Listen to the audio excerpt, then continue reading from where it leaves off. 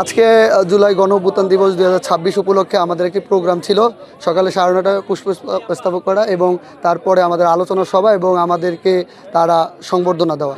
তা আমাদের এখানে ফুল দেওয়া হয়েছে। তারপরে আমরা যেই সংবর্ধনা অনুষ্ঠানে গিয়েছি সেখানে তারা আমাদেরকে আগে থেকেই তারা হাঙ্গামা শুরু করেছে যে তারা বিএনপির লোকজন তারা হাঙ্গামা শুরু করেছে যে তারা এই জেলায় নাকি কোনো জুলাই যোদ্ধা নাই, আহত জুলাই যোদ্ধা নাই, এখানে কোনো আন্দোলন হয়নি, এখানে কোনো প্রোগ্রাম হবে না, এরকম একটা তারা কথা বলেছে। তো আমাকে জিজ্ঞেস করেছে, আমি বলছি কী হয়েছে, তো উনি আমাকে দেখেই বলছে এই তুই কে। টিপু মাতবর আমাকে বলেছে যে তুই কে। আমি বলছি কাকা আমি হচ্ছি আদর, আমি হলো আহত জুলাই যোদ্ধা। এই কথা বলার পরে সে আমাকে মারধর শুরু করে দিছে এবং তার সাথে তার যে লাঠিয়ান বাহিনী ছিল, যে সন্ত্রাসী বাহিনী, তারা আমাদেরকে বেশ কয়েকজন মারধর শুরু করে দিয়েছে এবং আমাকে মারতে মারতে বের করে দিয়েছে। আমার মাথায় যে আঘাত হয়েছে দেখেন, এরপরে আমার এই যে পাঞ্জাবি ছিঁড়ে ফেলছে, বাটন টাটন। আমি একটা অবস্থায় আমাকে এক প্রকার মারতে মারতে বের করে দিয়েছে। যদি অন্য অন্য লোক না থাকতো হয়তো আমাকে আজকে এখানে জীবন দিতে হইতো। 24-এর গণ অভ্যুত্থানে আমরা যে রক্ত দিয়েছিলাম, আমাদের রক্তের উপরে ভর করে এরা যে এই সাম্রাজ্য গড়ে তুলছে, আমরা যদি সেদিন রক্ত না দিতাম, আমরা যদি এই স্বাধীনতা না আনতাম, তাহলে তারা তো আজকে এমপি হইতে পারতো না, তারা তো বিভিন্ন দপ্তরে যাইতে পারতো না। তো আজকে আমাদের মাধ্যমে এই প্রোগ্রাম হইতেছে জুলাই গণ অভ্যুত্থান দিবস। জুলাই গণ অভ্যুত্থান দিবসটা কি? শহীদ এবং আহতদের সংবর্ধনা এবং তাদের নিয়ে আলোচনা সভা এবং তাদের বিষয়ে জানা। তো তাদেরকেই যদি তারা বের করে দেয়, তাহলে প্রোগ্রামটা কাদের নিয়ে করতেছে এবং কী কারণে তারা প্রোগ্রাম করতেছে এবং তারা আমাদের পরিচয় জানার পরও আমাদেরকে কেন মারলো? আমরা তো কোনো রাজনৈতিক পরিচয় আসি নাই বা আমরা কোনো রাজনৈতিক ভিন্নমত তাদের সাথে পোষণ করছি না।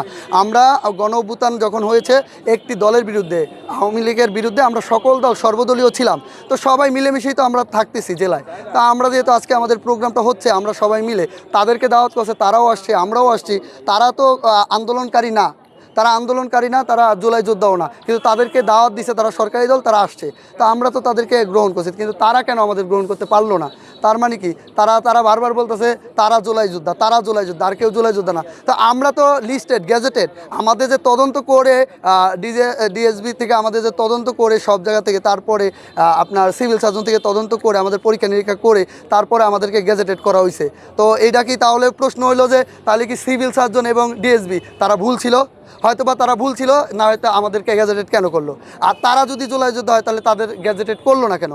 তারা যদি জুলাই যোদ্ধা হয়ে থাকে তাহলে তারা ওই 36 জুলাইতে তারা কোথায় আন্দোলন করেছিল, কোথায় তারা ছিল, সেই জিনিসগুলো সবার সামনে নিয়ে আসুক। সেই ভিডিও, সেই ছবি, তাদের রাজপথে সেই সংগ্রাম, সেটা দেখতে চাই।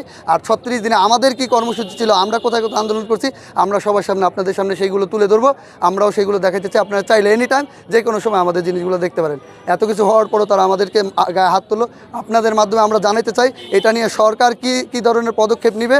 সরকারের কাছে আমার সরকারের প্রতি বিশ্বাস আছে এবং তাকে আমরা অবশ্যই সম্মান করি। সে একটা দেশের প্রধান, এখন প্রধানমন্ত্রী। তো তার কাছে আমরা আপনাদের মাধ্যমে জানাতে চাই, বিচার দিতে চাই যে তার নেতাকর্মীরা জেলা পর্যায়ে আমাদের গায়ে এরকম করে কীভাবে হাত তুললো। এটার বিচার সে যদি না করে তাহলে রাজপথে আমরা আবারও নামবো, আবারও দেখা হবে সবার সাথে।